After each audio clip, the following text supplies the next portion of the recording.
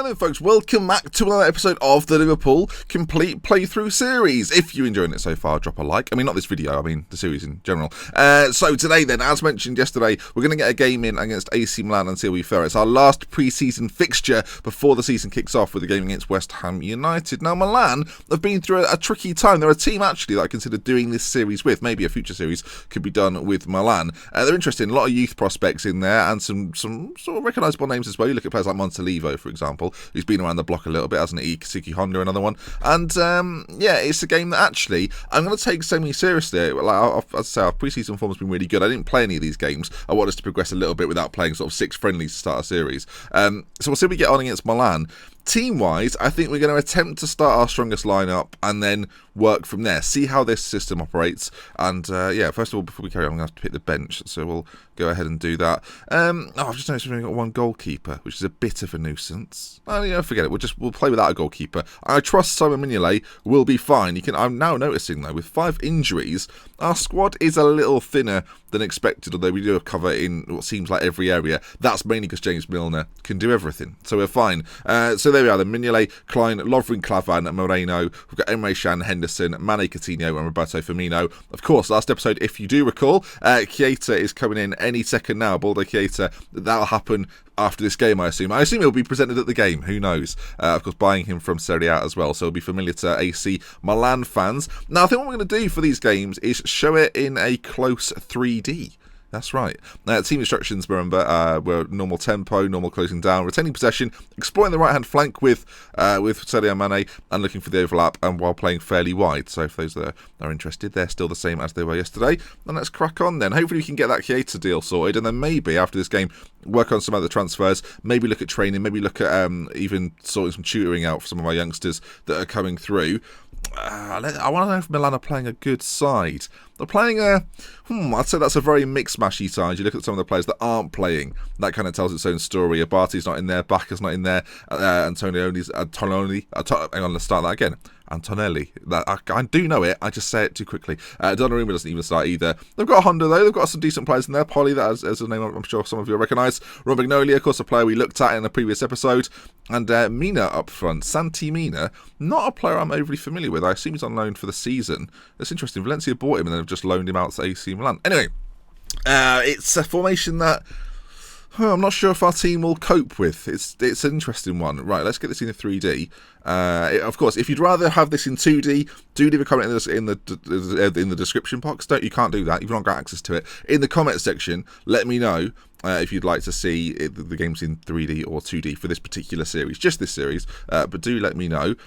Okay, here we go. We'll slow down the highlights just a touch as well, because that gives me more opportunity to talk about things. So we'll talk about things as the game goes on. I do think, do you know what? Behind this sort of screen here, you can see some very nice panoramic shots of the stadium. I wish I had the option to sort of look at those without having to look at this screen.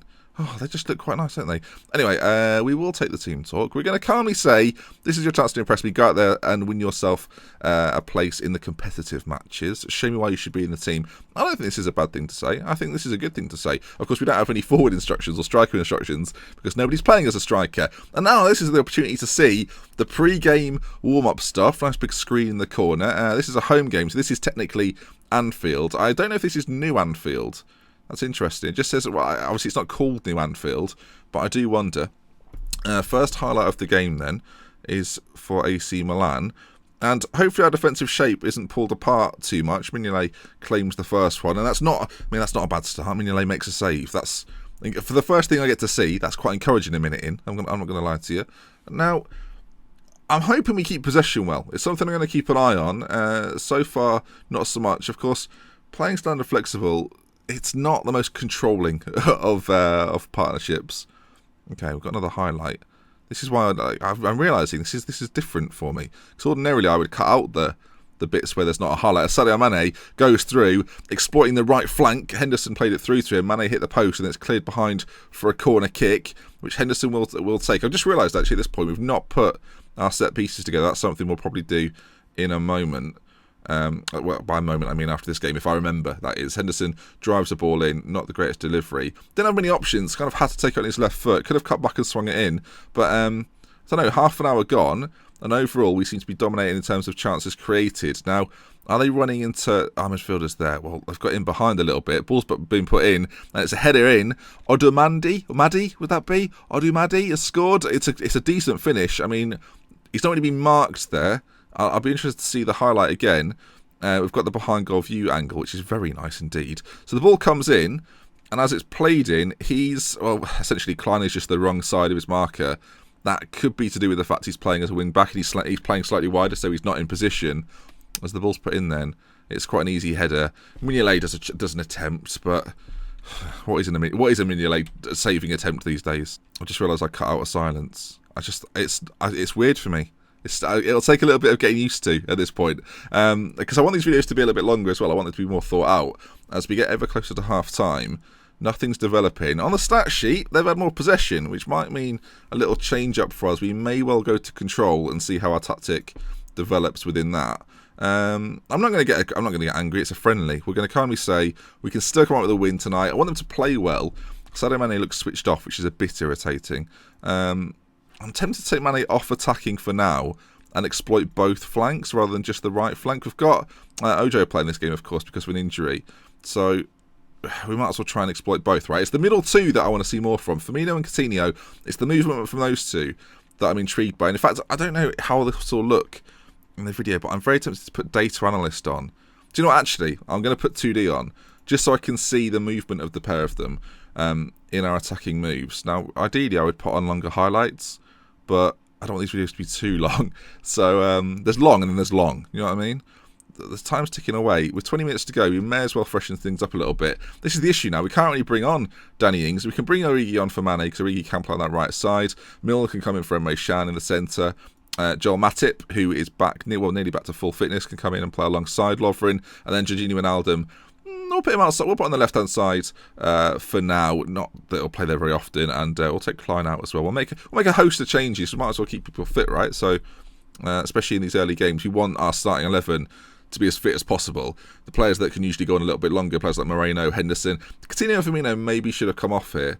I mean, we could still bring Danny Ings on and just pop him up front. But this looks like the first friendly I've taken control of might result in a defeat. In fact, we'll take Firmino off. We'll put Ings up front. This is something I probably do quite often, actually, is start off with this 4-2-4 formation and then change it to be basically a 4-2-3-1 formation. As the ball's launched high. There's still, I realise it's a bit too slow now, but I realise with 2 minutes to go, there's probably going to be a final chance here. With all the changes we've made, that does throw a spanner in the works. Moreno on this left-hand side, bursts down the line, ball pulled back across. Origi was there, Henderson's on it, pulls it back again. Alexander-Arnold, James Milner, back out to Alberto Moreno. Can the delivery be better this time? Henderson's there at the back post, down to Origi. Great save from Donnarumma, who's obviously been brought on by Milan. And it's been an interesting game. Milan have dominated possession. I didn't expect they would do as Lovren. Maybe this chance isn't over. It's cleared finally by Antonelli. And with a minute to go, that looks like it's probably going to be our best chance. In terms of chances created, 5 half chances. We'll take a look at those after this and see where those were. And then we've got one clear-cut chance, which may well have been the chance we've just seen. I'm not quite sure. I don't think there's going to be a final goal for us here, although I'd like to see it. In terms of movement from the front lot, I don't mind it too much. It's not that dissimilar from playing basically a striker and someone in behind isn't ordinarily that dissimilar. You do have a more pointed attack, of course, but having 2 players that play in that way, especially if one's on attacking, it's not too different. But a defeat to AC Milan, I mean, if there's a team you don't really mind losing to, as a Liverpool fan, it's probably AC Milan. They deserve this after what happened in Istanbul. Luckily, this was only a friendly. You'll need to be much better than that in the competitive matches. I think that's probably fair enough. Most of them look fired up, apart from Milner, who looks stressed. I can't imagine James Milner looking stressed. I imagine that's the same as when he looks excited. But not ideal for us. I do want to take a quick look through then and find where these chances came from. Now, scoring chances, this is what we're looking for. The half chances from Liverpool. Let's see where they were and who had them. Now, 2 of them are outside of the box, which is not ideal. Let's see how this came about then. It was just a pass from Henderson inside to Mane, to Coutinho, over to Firmino. If we just close that one, look at one of the other ones. I'm just interested to see how the half chances came, where our chances are coming from, if they're coming from wide areas, or again, if they're coming centrally. Well, those two from outside the area both came from central positions, and it seems to me like we just had a shot, essentially. Another one from Firmino, again, came from a middle position. Henderson forward to Firmino inside the area. This one's Wijnaldum, is it? Yeah, this is when he came on then. That's just a pullback for a shot. And then finally, Mane. This was a cross, I believe. Oh, no, not a cross again. Very central. Henderson finding Mane. So, despite the fact we had worked the flank, exploit the flanks on, work the flanks. Work the space, work the flanks. Despite the fact we had exploit the flanks on, we didn't actually exploit the flanks that much. I don't know if we were almost too attacking. If we just take a look at the clear-cut chance we had, that was for Divock Origi. Oh yeah, that was Divock Origi in the late game. It did come from a cross. It came from Moreno, played into the middle. Again, knocked down though. I don't feel like we're getting, like as I say, we're not really exploiting the flanks that much if we're not making the most of our passes down there. Let's just take a look at the completed passes maybe and see. Again, there aren't that many balls, in my opinion, going down these wide areas. A lot of the passing, see, like, think about how many times Mane got the ball, for example. Doesn't feel like it was that often, especially in like really attacking areas, which is a bit of a problem for me. So that's something to think about. As we move forward then, we'll try and keep an eye on whether we are actually exploiting the flanks and if it can make a big impact. See, this is a bit more in-depth, isn't it? Blimey, I don't do this normally. But yeah, there we are then. Hopefully we can get more out of Mane. He's the guy, I think, in this team that is a bit of a superstar. So we need to try and get the best out of our superstars. And that goes for Firmino and Coutinho in the middle as well. There are big money players, so we expect a little bit more out of them. Of course, we're going to have players coming in as well. The idea actually wasn't to play Coutinho through the middle. It was to play Lallana there, who I think's got a little bit more in terms of work rate, and put Coutinho as an advanced playmaker on that left-hand side. That might be something we go back to. With the signing of Keita, though, that opens up things a little bit more. That changes things quite drastically. We have a game against West Ham coming up in a few days' time. We won't play that today, of course. We're doing a match per episode, if you haven't seen that or weren't aware of that. So I think what I mentioned before, set piece takers. That's what we talked about. We said we'd change a few of those. So if we go over to the set piece takers, what should we have? Who should we have taking what? That's something, actually. You look at this now, and it's not something that really occurred to me beforehand, but we don't have specialist set-piece takers. We don't have people that are going to score or create in key moments. That is something, actually, if we're being honest with ourselves, that Steven Gerrard offered Liverpool, and now it doesn't exist, inevitably. So what are we going to do? Who are we going to put where to take? I mean, it's not that good, is it, really? I mean, Henderson's on a 12 for corner taking, so I guess we'll put Henderson on both of those. If he's not playing, Coutinho can take over that job. Definitely not James Milner, who is pretty awful at them. Free kick taking, I guess Coutinho again is our guy, and then we'll switch that around or say Henderson can take them. If not, Mignolet's our joint best free kick taker. That in itself is a bit of an issue. And then throw-ins. We're not actually going to touch throw-ins. Hopefully it'll be Klein on the right side. Well, actually, no, we will do then. Klein on the right side, Moreno on the left. I don't want it to be ever anyone else. So hopefully that will lock that in. But the question is, are we going to go for a left-back? It's a conundrum, isn't it? Anyway, that then sorts out our set piece takers for now. We won't focus today, at least, on different corners and things. We might look at that in the future. It's not something I'm going to do today, though. And player instructions, again, might be something we can look at, not today, but certainly going on in the future. And it's interesting to see what we're going to do with this front four. Anyway, if we continue forward, Keita should sign, and that gives us a whole new thing to deal with. Actually, is he in now? Has that happened? Can you imagine if I got Gruick in, and got Keita in, but didn't actually confirm it, or it happened sort of at the end of the... Is it not happened yet? We're still at the contract stage. Oh, and the same applies for the fridge as well. So we'll wait a little time, and hopefully those two boys both come in ready for the West Ham game, because that would be ideal. That's what we want, at least. Jordan Williams picked up an injury, only 5 days. Again, not someone that's going to ever start for us, so not a major concern. And he's gone to Manchester City. That's not... Oh.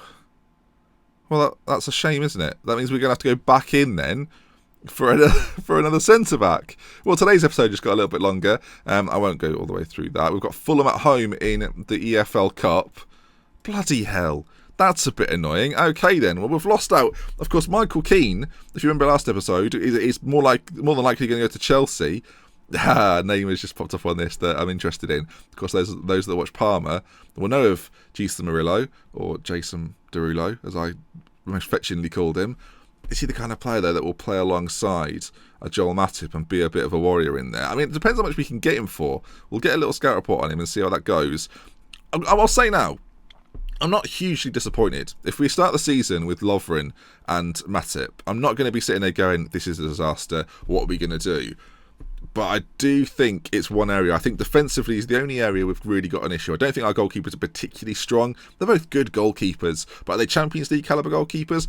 Probably not. We've got a lot of money to spend. The question is, do we break the budget to try and fix Liverpool's problems? Do we treat this as if, what would Klopp have done if he had a little bit more money? It's a bit of a debate. I mean, the transfer window won't be over by the time this video comes out. So if you want to leave comments suggesting things for us to do in that, do so. What areas do we look to strengthen in? Do we go for some more complete midfielders? Do we now look at thinking about bringing in a set-piece taker, for example? In terms of corners and free kicks, maybe that's something we should look at, actually. If there's a player out there that makes sense. I mean, if Charlie Adam is available, he's probably worth going for.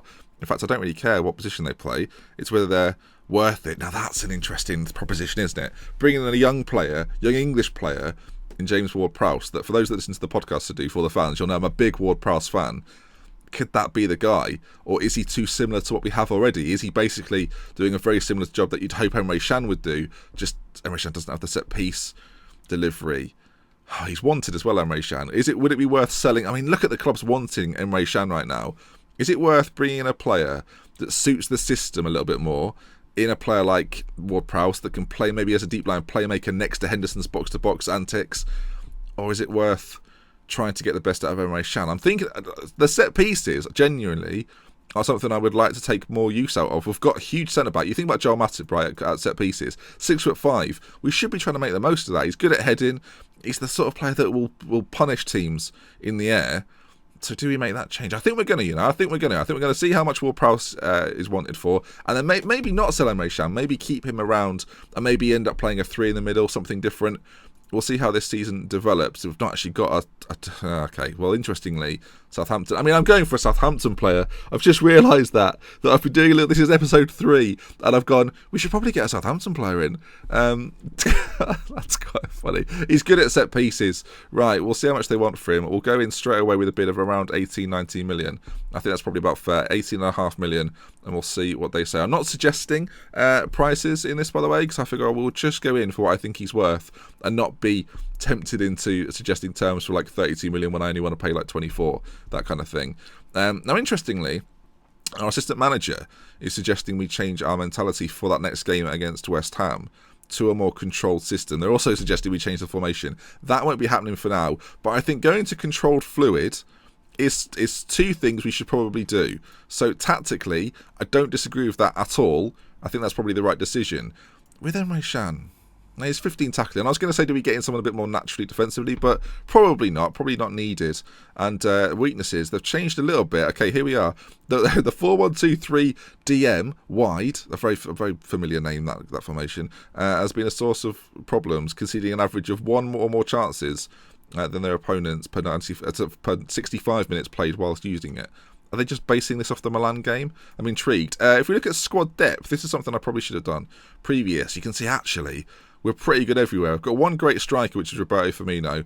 Maybe there's an argument then that we play him in a forward position, but then again, he's pretty great at the attacking central midfield position as well. Him, Lallana and Coutinho fill that void. On the left-hand side, we've got Coutinho, who's already great there. This side, of course, we've got Mane, Lallana can feature there as well. This is kind of why, I guess in many ways, we're playing this system. We've got so many players, so many great players that play in this attacking line. I want to try and utilise them as much as possible. Central midfield were pretty set as well. And of course, Keita coming in, which I hope will now happen. He doesn't go to Manchester City. We'll try and wrap up the episode with that. Well, let's read this actually. With Sturridge departing, there have been many suggested that you may have more opportunities to some of the club's younger players, such as Divock Origi. Is this something you're likely to do? It's a very probing question, Danny Taylor from the World Soccer magazine. Yes, it is something I'm keen to do. Some critics have spoken of the significant number of players out on loan from your club, and they've accused Liverpool of stockpiling players. How do you react to such criticism? Let's be honest, not all of these players are going to make it here, so these loan spells may determine which players are up to the standards we expect. That's what I'm going to say. Who do I think will win the Premier League? That's a great question.